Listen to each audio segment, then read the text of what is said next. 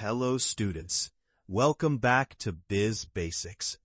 आज के वीडियो का टॉपिक है History and Evolution of CSR. ये टॉपिक BBA और मैनेजमेंट एग्जाम्स में काफी इम्पोर्टेंट है, इसलिए आज हम इसे बिल्कुल सिंपल लैंग्वेज में और रियल लाइफ एग्जाम्पल्स के साथ समझेंगे।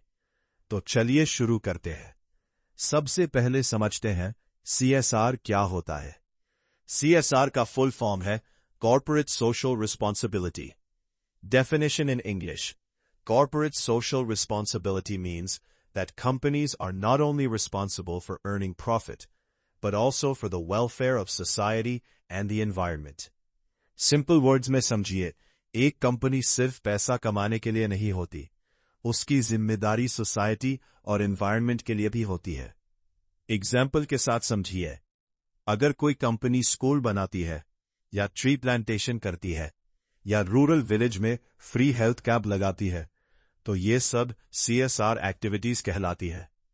अब समझते हैं हिस्ट्री और एवोल्यूशन में क्या डिफरेंस है। हिस्ट्री ऑफ CSR का मतलब है CSR कॉन्सेप्ट कैसे और कब शुरू हुआ, मतलब पास्ट से प्रेजेंट तक का सफर समझना। एवोल्यूशन ऑफ CSR का मतलब है CSR टाइम के साथ कैसे बदला और डेवलप हुआ, मतलब चैरिटी से स्टार्ट होकर आज एक बिजनेस स्ट्रैटेजी कैसे बन गई।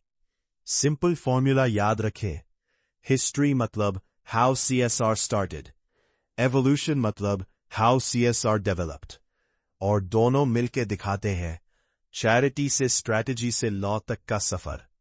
अब हम CSR के 4 फेजेस को एक एक करके समझेंगे। फेज 1 का नाम है philanthropic phase. Time period before 1950. Definition in English. The phase in which companies and industrialists voluntarily donated money for schools, hospitals and temples, driven by religious values and personal kindness. इस phase में companies charity और donations पर focus करती थी। Businessman अपने profit का कुछ हिस्सा डोनेट करते थे, स्कूल्स बनवाने के लिए, हॉस्पिटल्स के लिए और टेम्पल्स के लिए। इसमें कोई बिजनेस स्ट्रैटेजी नहीं थी, बस एक अच्छी सोच थी। घनश्याम दास बिरला ने स्कूल्स और टेम्पल्स के लिए बहुत बड़ा कंट्रीब्यूशन दिया। यह CSR का इनिशियल स्टेज था। फेज 2 का नाम है अवेयरनेस फेज। टाइम पीरियड 1950 से 1970 तक। Definition in English. The phase in which people and governments began to realize that companies have a responsibility towards society, leading to formal employee welfare programs and community development. इस time में लोगों को समझ आया कि companies का सिर्फ business करना काफी नहीं है, उनकी सोसाइटी के प्रति भी जिम्मेदारी होती है। गवर्नमेंट्स ने भी बिजनेस एथिक्स पर फोकस करना शुरू किया। कंपनीज को इनकरेज किया गया कि वो एम्प्लॉयज की वेलफेयर पर ध्यान दे और कम्युनिटी के डेवलपमेंट में पार्टिसिपेट करे। की पॉइंट, इस फेज में CSR ऑफिशियली शुरू नहीं हुआ था, बस एक अवेयरनेस आ गई थी कि बिजनेस और सोसाइटी एक दूसरे से कनेक्टेड है। फेज 3 का नाम है रेगुलेशन फेज। टाइम पीरियड 1970 से 1990 तक। Definition in English. The phase in which governments enacted laws and regulations, making environmental protection, labor welfare, and consumer protection mandatory for all companies. इस फेज में government ने laws और regulations बनाने शुरू किए। Companies को अब 3 चीजें फॉलो करनी पड़ती थी। पहला, एनवायरनमेंट प्रोटेक्शन मतलब प्रदूषण बंद करो। दूसरा, लेबर वेलफेयर मतलब वर्कर्स को सही सैलरी और सेफ्टी दो। तीसरा, कंज्यूमर प्रोटेक्शन मतलब कस्टमर्स के साथ सही बिहेव करो। सबसे बड़ा चेंज यहां हुआ, CSR अब सिर्फ चैरिटी नहीं था, अब यह एक रिस्पॉन्सिबिलिटी बन गई थी। गवर्नमेंट के रूल्स आए, जो फॉलो ना करे उसके ऊपर एक्शन हो सकता था। फेज 4 का नाम है modern CSR phase. Time period 1990 से आज तक। Definition in English. The phase in which CSR became a core business strategy, focusing on sustainable development, education, women empowerment, renewable energy, and rural development. आज के time में CSR business का एक important part बन चुका है।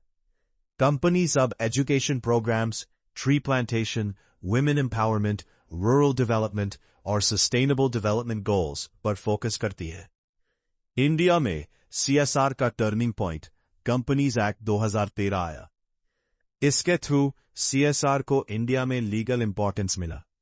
अब ये ऑप्शनल नहीं रहा, एक लीगल रिक्वायरमेंट बन गई। अब बात करते हैं इंडिया में CSR लॉ के बारे में।